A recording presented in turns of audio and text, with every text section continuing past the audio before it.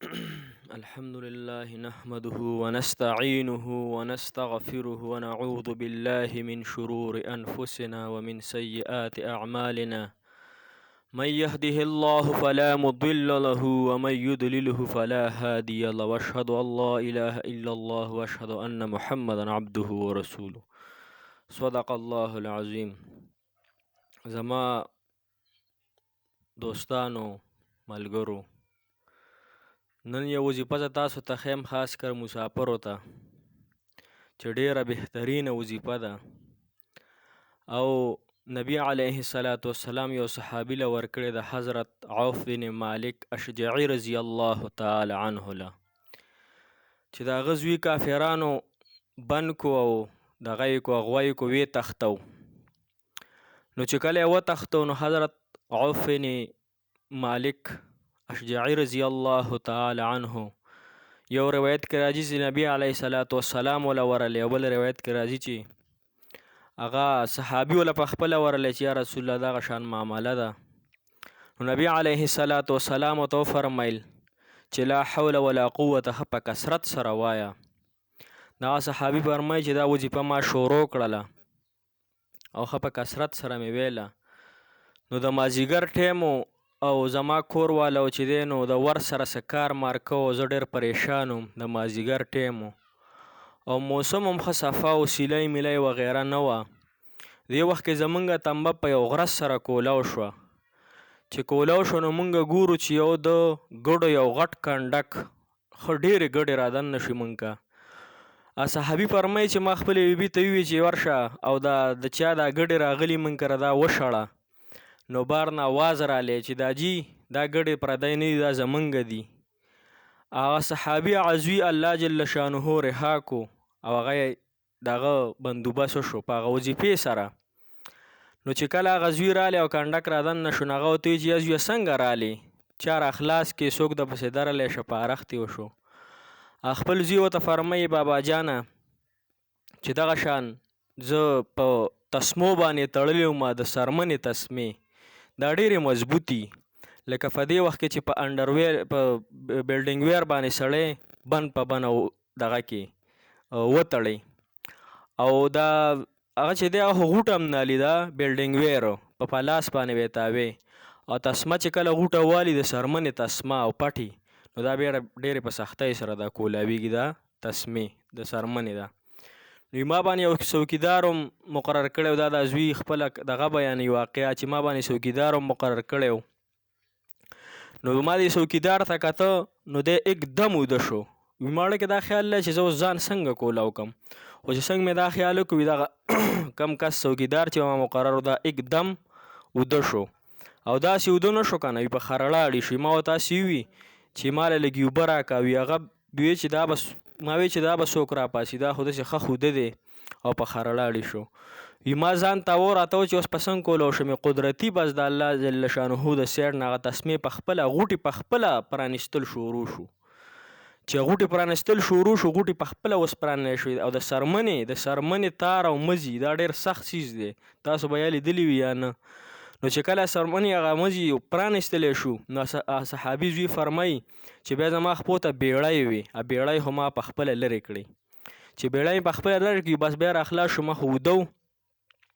وي چې بار ته راووتمه څنګه، نو یو ډک کنډک ولاړ و د ګړو. وي هغه ګړې داسې وې چې لکه جان پهچان واله وې. وي هغه ګړې زما نه مخکې روانې شوې. وي دغه مې ورته خلاص کړ چې دا خو مال غنیمت دی، د کافرانو مال دی، دا خو به یوسم ځان څه که نه. وي ما وی چې ماله خو د ګړو د بوتلو چل هم نه راځي، ما خو تجربه هم ډېره نشته دی.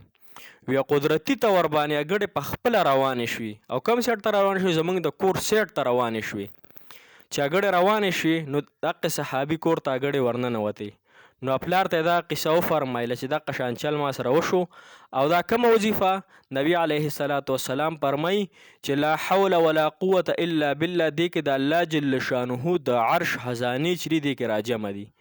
نو نن سبا موږ او تاسو ګورو پریشانۍ دي، مصیبتونه دي، خاص کر د مسافر وروڼو لپاره چې څوک په جیلونو کې دي، څوک په یو ملک کې ګیر دي، څوک په بل ملک کې ګیر دي، او د هغوی څه بندوبست د راتلو نشته دی، یو ته کار نه میلاویږي.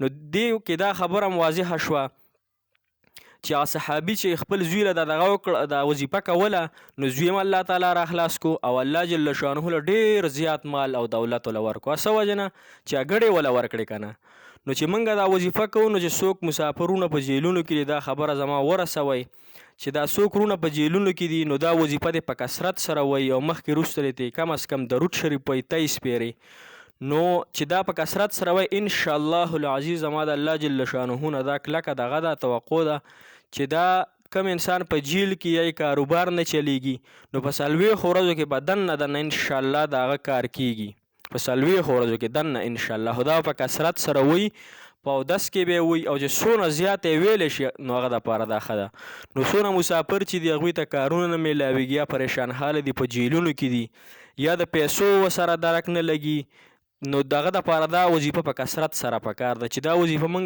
ډېره کوو نو الله جل شانه به زمونږ مالی نصرت هم فرمایي او زمونږ پریشانی به الله جل شانه ختموي په دې وظیفې په برکت سره او بل روایت کې راځي چې هغه نبی علیه الصلاۃ والسلام هغه صحابي ته د سورة توبې اخري آیتونه ښودلي او یو درې روایتو کې راځي چې نه دا لا حول ولا قوة یې ورته ښودلې وه نو چې موږ دا وظیفه راونیسو او دا وظیفه په کثرت سره کوو چاته نوکري نه میلاویږي زموږ په پاکستان کې خیبر پښتونخوا کې نو هغه دپاره هم دا وظیفه ډېره مجربه ده په دې باندې موږ په خپله د الله جل شانه رحم دی تجربه هم پې شوې ده او موږ دا کړي دي او د دنیا خلکو له هم ورکړي دي او دا ډېره مجربه نسخه ده نو دا نسخه چې دی دا موږ په خپله هم وکړو خپل مور او پلار د ته ووایو چې هغوی زموږ دپاره کوي د خپلو بچو دپاره یې کوي موږ هم الحمدلله را شروع کړی هم ده او مخکې هم د دنیا کړې ده او چې چا راته ویلي چې وظیفه نو دا هم ورکړې او د الله فضل سره الحمدلله ثم الحمدلله